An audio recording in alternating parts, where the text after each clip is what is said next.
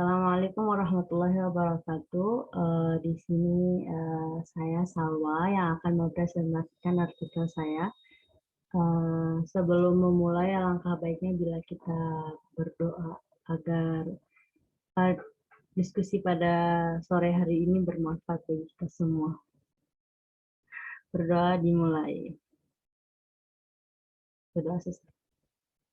Selanjutnya saya akan men-share screen.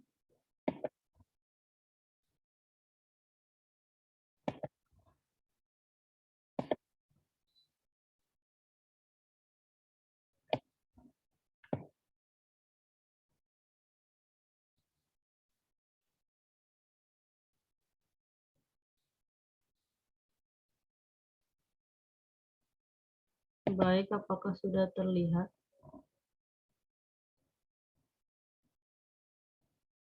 Sudah. Oke. Langsung saja yang untuk mempersingkat waktu. Saya di sini mengambil tema yaitu kewajiban seorang suami menafkahi keluarganya. Pendahuluan, di sini saya mau menjelaskan mengenai arti dari keluarga. Jadi keluarga itu merupakan kelompok primer yang terdiri dari 2 atau lebih orang yang mempunyai jaringan interaksi interpersonal, hubungan darah, hubungan perkawinan, dan adopsi. Lalu di sini juga ada pengertian mengenai nafkah. Nafkah menurut Islam ialah segala biaya hidup merupakan hak istri dan anak dalam hal makanan, pakaian, tempat tinggal, dan serta beberapa kebutuhan pokok lainnya. Lalu metode yang saya gunakan adalah metode Maudu'i.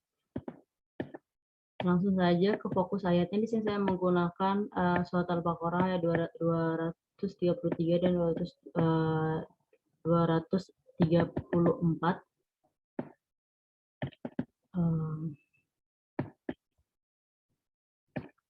Kata kunci di sini terdapat kata kunci pertama yaitu auladuhunna.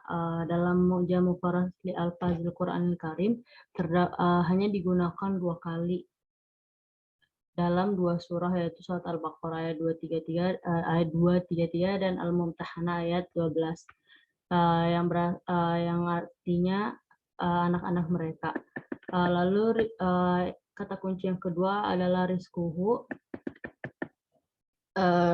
Dalam Mu'jam Al-Mufarrad Al-Fazil Qur'anil Karim digunakan sebanyak 17 kali, yang berarti bermakna rezeki.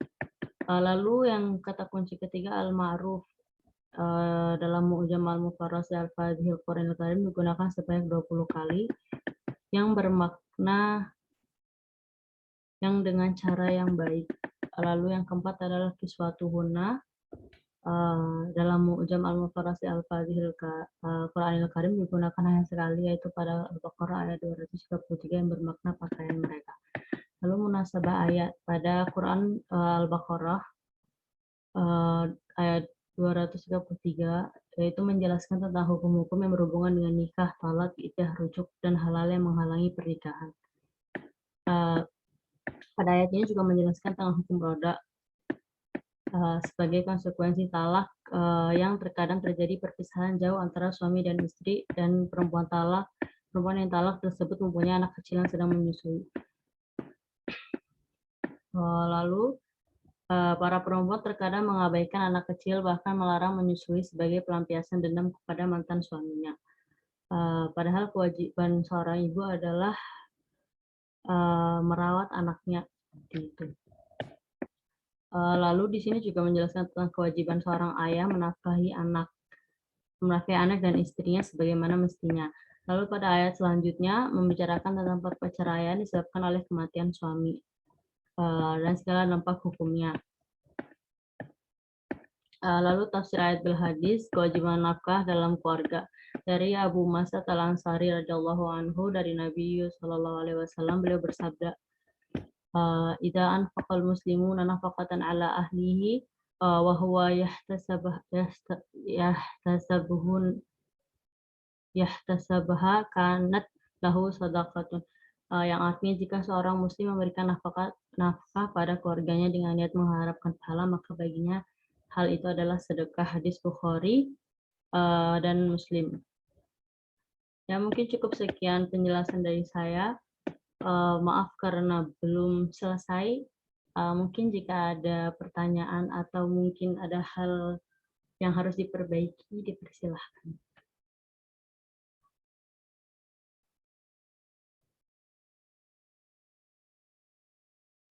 Izin bertanya, Ya. apa alasan Saudari Salwa memilih 3 kata kunci tadi? Pertama, ya karena itu berhubungan dengan yang saya bahas, gitu. Kan di sini mengenai kewajiban nafkah ya. Dan dalam ayat itu yang kebetulan yang sesuai dengan temanya yaitu seperti itu, Mbak Jamila Tunisa.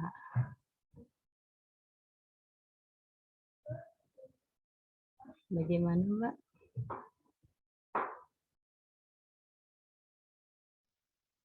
Enough. Ya, selanjutnya apakah ada pertanyaan atau mungkin masukan?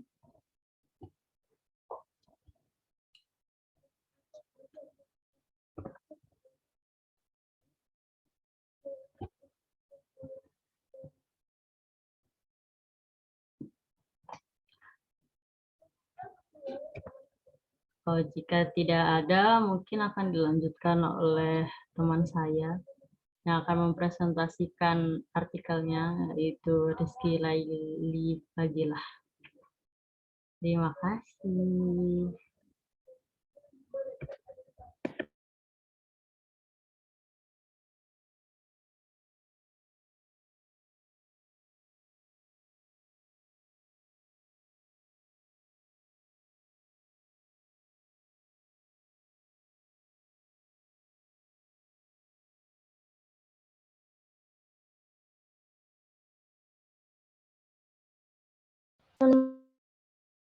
Bisa jadi saya host, mau testing. Ini udah saya jadikan host, Pak.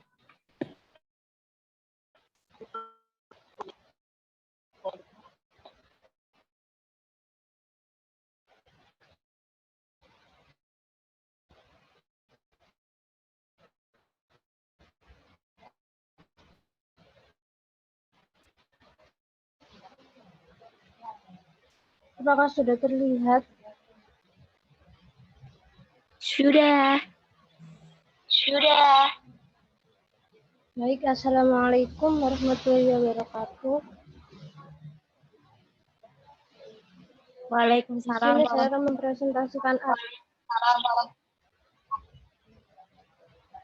Di sini saya akan mempresentasikan artikel saya yang berjudul Kepemimpinan Suami dalam Keluarga menurut surah An-Nisa ayat 34.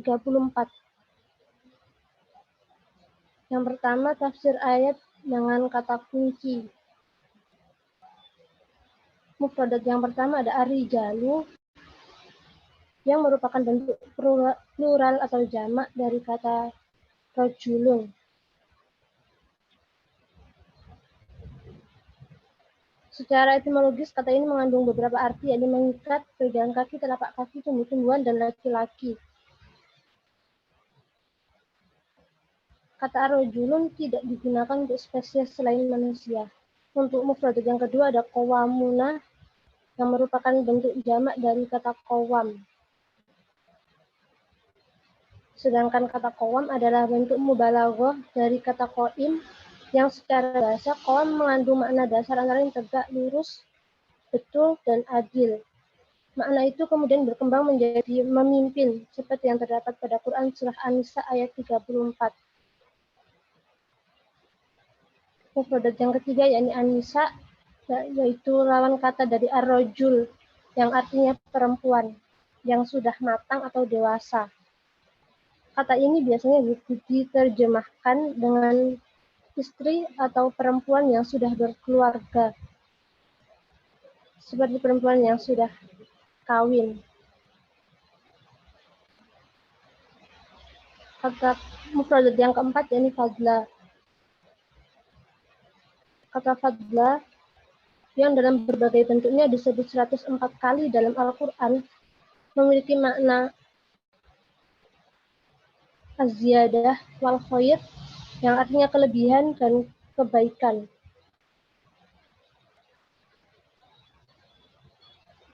Penjelasannya dimulai dengan menjelaskan makna qawamun atau tersebut berasal dari kata al-qayyim yang berarti seseorang yang melakukan sesuatu bagi orang lain. Qawam dan qiyam yang membentuk kata qawam memiliki makna lebih dari sekedar makna tersebut. Yang dimaksud dengan bima faddalallahu ba'dhum ala ba'din adalah kelebihan dan tambahan yang dimiliki oleh laki-laki dari sisi alamiahnya dibanding perempuan, seperti kelebihan kekuatan akal dan kekuatan fisik untuk melakukan pekerjaan-pekerjaan. Jadi, kelebihan laki-laki di atas wanita adalah karena laki-laki lebih kuat secara fisik dan telah memberi mahar kepada perempuan. Dua alasan inilah yang menurutnya menjadi dasar keunggulan laki-laki atas wanita.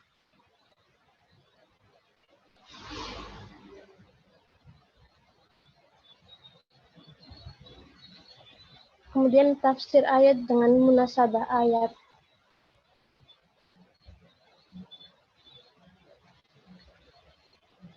Pada An-Nisa ayat 32, ayat tersebut melarang berangan-angan dan iri menyangkut keistimewaan masing-masing manusia, baik pribadi maupun kelompok atau jenis kelamin.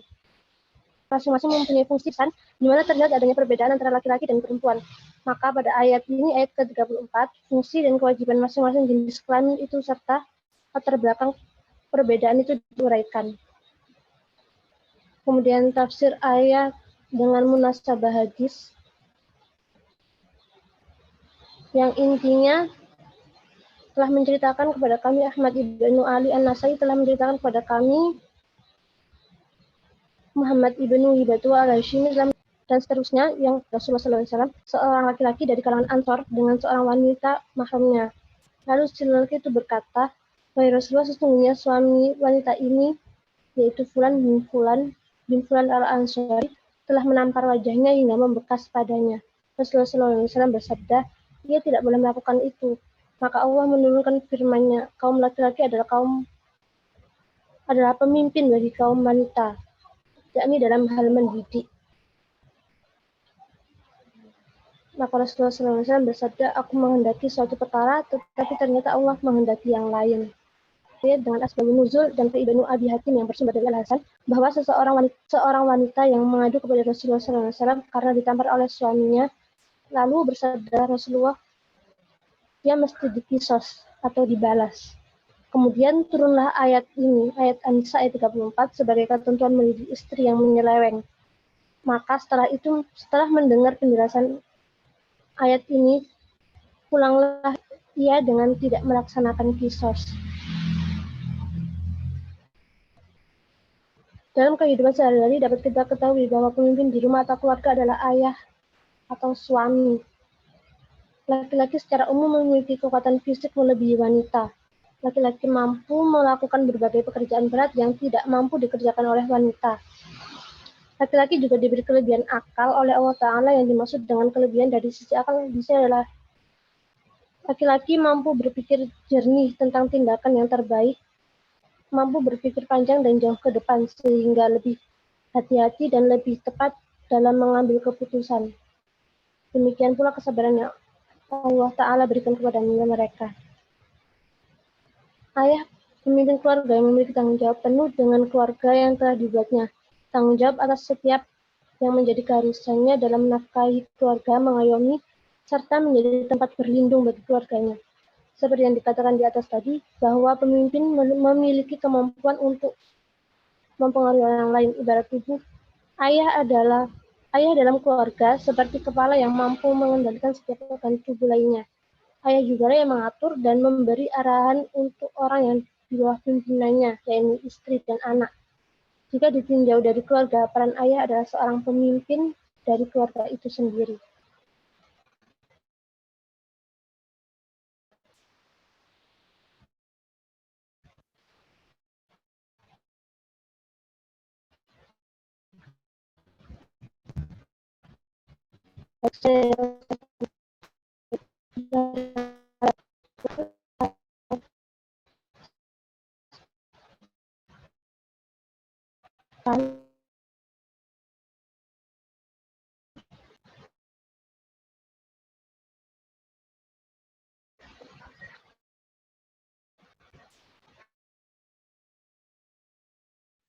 Mohon maaf, Saudari Rizky, suaranya terputus. Maaf, Saudari Rizky.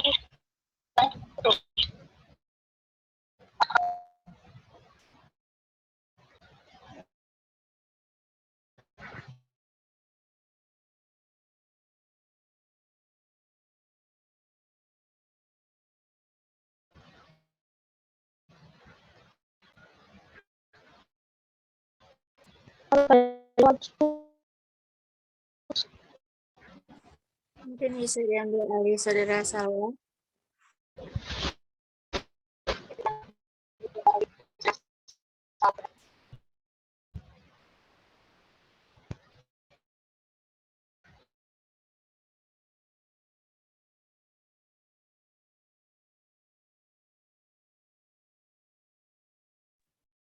Baik.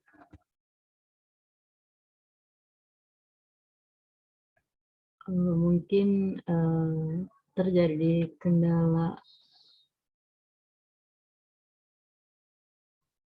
pada Saudari Rizky.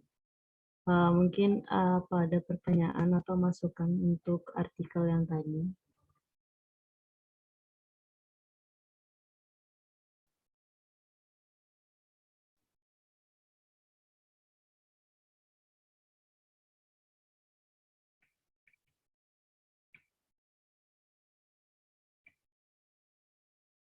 Jika tidak ada, mungkin apa kita cukupkan saja. Enough. Nah, baik, jika seperti itu. Mungkin sekian presentasi dari saya dan Rizky Laili Fadila. Akhirul kalam, wassalamualaikum warahmatullahi wabarakatuh. Waalaikumsalam warahmatullahi wabarakatuh. Waalaikumsalam warahmatullahi Terima kasih wabarakatuh. teman-teman.